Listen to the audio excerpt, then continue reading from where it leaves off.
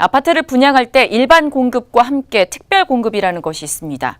사회적 배려가 필요한 계층의 주거 안정을 돕기 위해서 일반 청약자와 경쟁을 하지 않고도 아파트를 분양받을 수 있도록 하는 제도입니다.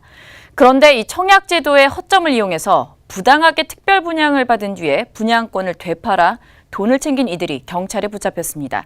건설부동산부의 배태우 기자에게 함께 들어보도록 하겠습니다. 네, 배 기자. 이번 사건은 어떤 내용입니까? 네, 우리나라에서는 아파트를 분양받으려면 청약이 필수입니다. 네. 아마 많은 분들께서 다 가지고 계실 것 같습니다. 네. 그 청약제도의 허점, 그 가운데서도 신혼부부나 노부모 부양 등 상대적으로 청약 조건이 까다로워 일반 공급에 비해 당첨 가능성이 높은 특별 공급을 노린 겁니다. 부당한 방법으로 특별 분양을 받은 뒤 되팔아 웃돈을 챙기는 일당이 무더기로 붙잡혔습니다. 검거된 이들 숫자만 모두 315명이었습니다. 주택 청약 시 증빙 서류와 자격 요건, 가점 사항을 신청할 때만 형식적으로 확인할 뿐 당첨된 뒤에는 진위를 확인하지 않는 점을 이용했습니다. 이 같은 제도적인 빈틈을 노려 청약 통장을 사들인 뒤 서류를 조작하거나 허위 전입 등을 통해 특별 공급을 신청해 당첨이 되면 이른바 프리미엄을 받고 되파는 수법을 썼습니다. 분양 시 인기가 높을 것으로 예상되는 지역 중심으로 전문 위조책 등을 동원해 위장 전입, 각종 증빙 서류 조작 등으로 가점을 높여서 청약을 신청했는데요. 예를 들면 다자녀 가점을 받기 위해 허위로 임신 증명서를 내거나 가짜 재직 증명서 등을 제출한 경우들이 있었습니다.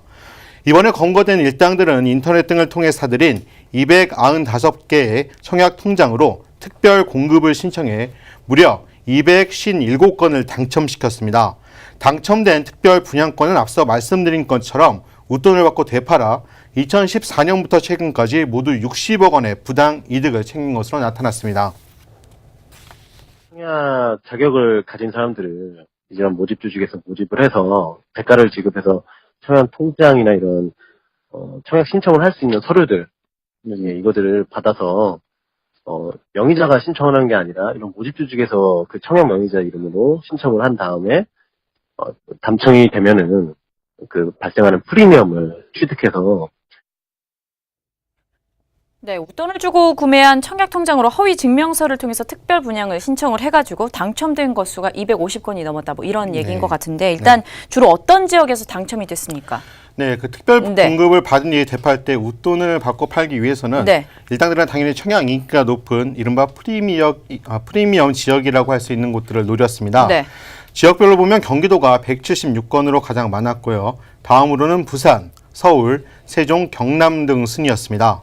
또 주요 도시를 살펴보면 동탄 이신도시가 38건, 평택 고덕 국제신도시가 34건, 서울 여의도와 송파 19건, 하남 미사 11건 등 전국적으로 인기가 높은 분양 지역이었습니다. 이번 사건으로 315명이 붙잡혔는데 실제 대리 청약을 기획하고 실행한 이들은 20여 명이었습니다. 그리고 나머지 295명은 청약 통장을 판 사람들인데요. 범행을 기획하고 주도한 주동자 4명은 구속됐습니다. 그리고 범행 가담 정도가 무거운 일당들은 불구속 입건이 됐고요. 청약 통장을 판매한 이들 역시 통장을 판매한 것만으로도 형사처벌을 받게 됩니다. 그 문제는 이렇게 당첨된 분양권을 나중에 웃돈을 주고 산 사람들입니다. 모두 257건의 분양주택 공급 계약이 맺어졌는데요. 경찰은 국토교통부에 주택 공급을 신청할 수 있는 지위를 무효로 하거나 이미 체결된 주택 공급 계약을 취소하도록 통보하고 국세청에는 불법 전매로 취득한 불법 수익에 대해 부당 이득 환수를 통보할 방침입니다. 네, 경찰은 이번 사건에 대해 서민들의 내 집 마련의 꿈을 빼앗은 중대 범죄 행위라고 지적했습니다. 이에 따른 제도적 개선이 필요하다는 의견도 내놨는데요. 주택업계 역시 제도적 허점을 수차례 지적한 바 있다며 같은 의견을 내놨습니다.